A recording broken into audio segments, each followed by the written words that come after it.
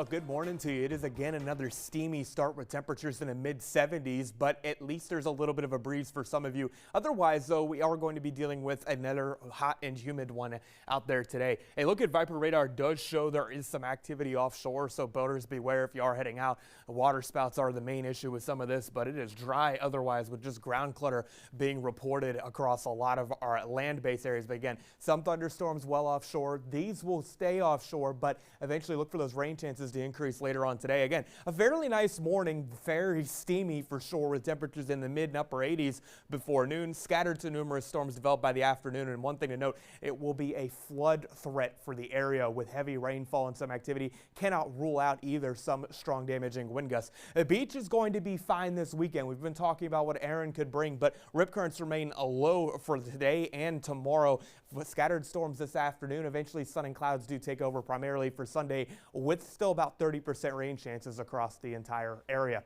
Stationary boundaries moving through the region. I say that, of course, it's not moving in any bit of a hurry at all. And there's not a difference really between the air masses on the north side and south sides of the boundary, but it will provide extra lift for showers and storms. I will give this service too that there's a 10% chance of an area of low pressure developing into a depression or named storm off of the North Carolina coast, but that's not going to be the main concern at all because Erin sitting to the southeast will provide indirect impacts for our area. Again, temperatures soar into the 90s, but eventually showers and storms do develop. Inland of I-95 is where the flood risk is the greatest, and that could be from heavy rainmakers dropping 2 to 3 inches of rainfall per hour. Eventually, some of this tries to make it to the coast, but this evening conditions are going to be a fairly rough go for you in some spots. So turn around, don't drown, and do be sure to avoid those flooded roadways. Conditions wind down overnight. Another steamy start Sunday, eventually working into the day. About 30% storm chances in the area, but those eventually move inland quickly, but not going to be enough instability for these to hold on much beyond the evening time frame.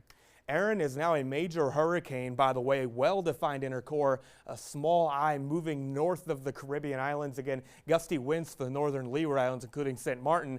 Eventually, this system is going to intensify even further. It's a Category 4 now with 130-mile-per-hour winds. The cone takes this system, gradually turns it northward, avoiding any direct impacts to the coastal empire and low country. But this will make a run at Category 5 status by this afternoon into the evening. Eventually, though, a large, powerful wind field will bring waves into our area. Dangerous swell, essentially for all of our beaches in the coastal empire and low country, with a high rip current risk essentially from Monday through Friday.